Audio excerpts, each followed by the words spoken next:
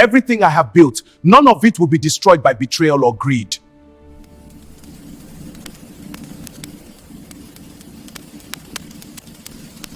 In the busy city of Abuja, where tall buildings pierce the sky and the streets pulse with the noise of cars, motorcycles, and people hustling to survive, there stood a giant glass tower that gleamed like a diamond under the sun. This was Okoro Industries, one of Nigeria's most powerful companies.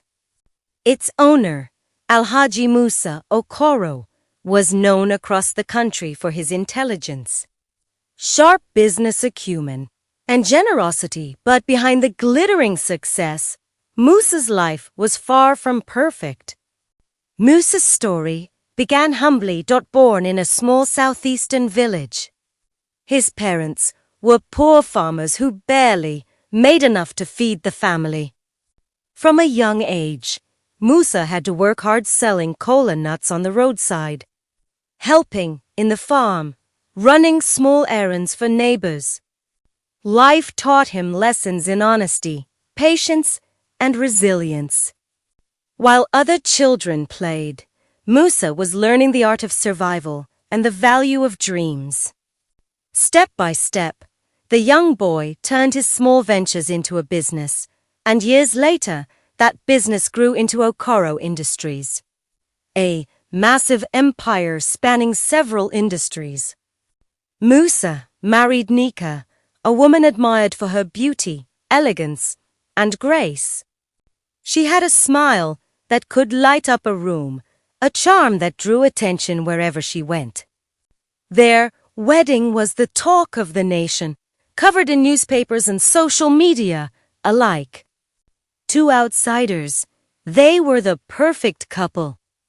They had a son, Chike, a curious and intelligent boy of 10 who loved asking questions about everything he saw. Musa's mother, Mama Ngozi, also lived with them. She was gentle and kind, spending hours tending her garden of flowers and vegetables. She reminded Musa daily of the importance of family, respect, and staying connected to one's roots. At first, life seemed perfect. But soon, cracks appeared. Nneka began to change. She grew cold, impatient, and critical, especially toward Mama Ngozi and Chike. She belittled Mama Ngozi's traditions, calling her old-fashioned, and scolded Chike for asking too many questions, comparing him unfavorably to other children. Musa, caught up in the demands of his empire, didn't notice the growing tension at home. But subtle signs soon became impossible to ignore. Staff whispered when he passed. Chike avoided the living room.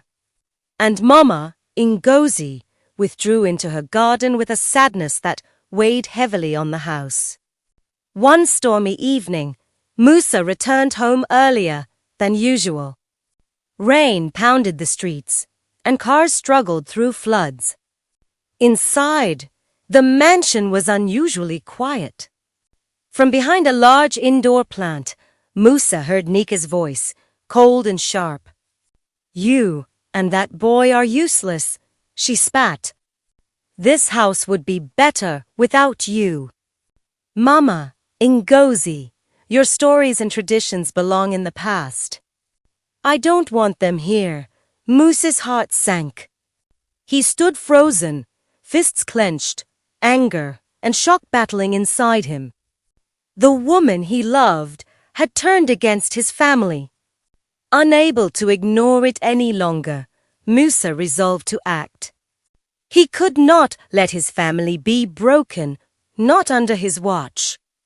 A few days later, he planned a grand gala, inviting the country's richest and most influential people. The event would showcase his values, strength, and commitment to family. The night of the gala arrived. The mansion sparkled with lights, flowers, and music. Guests admired the luxury, but Musa had something more important to share. When he stepped onto the stage, a hush fell over the crowd. He told his life story of humble beginnings, of perseverance, and of the values that guided him through hardships. Then he paused and revealed a personal betrayal. My wife, whom I trusted and loved, has shown no respect to my family, he said. Her actions have caused pain and division. I cannot ignore this, and I will not. The room went silent. Cameras flashed. Social media exploded. Nneka's image, once flawless, began to crumble under public scrutiny. Musa's focus shifted to healing his family. He comforted Mama, Ngozi, assuring her of her value. He encouraged Chike, nurturing his curiosity and sense of wonder. Slowly, the warmth returned to their home. But peace was not immediate. One night, Musa overheard whispers from his staff in the kitchen. Do you think Nneka will leave?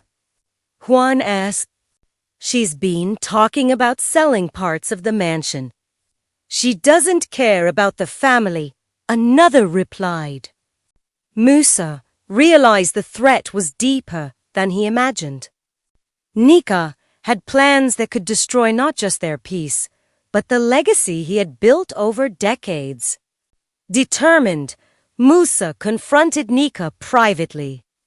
This house, this family, and everything I have built, none of it will be destroyed by betrayal or greed, he said. His voice calm but unwavering. If you refuse to respect my family, then you must leave. The confrontation was tense. Nneka, frustrated and unyielding, tried to argue, but Musa's resolve was stronger. For the first time in weeks, she saw that his love for family outweighed his love for her. In the weeks that followed, Musa worked tirelessly to restore balance. He organized family dinners, encouraged Chike's studies, and involved Mama Ngozi in every decision, ensuring her voice was heard. Even the staff, inspired by Musa's integrity, pledged loyalty to him and the family. The mansion, once tense and cold, slowly came alive again. Laughter returned to the hallways. The aroma of home-cooked meals filled the air. And Chike's curious questions echoed freely once more. Through this struggle, Musa learned a vital lesson. Wealth and power mean nothing if family, honesty, and respect are sacrificed. And while the world may admire success, the true measure of a man lies in the love and loyalty he nurtures at home. Musa had faced betrayal, confrontation, and the threat of losing everything, but he emerged stronger, wiser, and more committed to the people who truly mattered. In the end, it was not the diamonds or the empire that defined him. It was love, courage, and the unbreakable bond of family.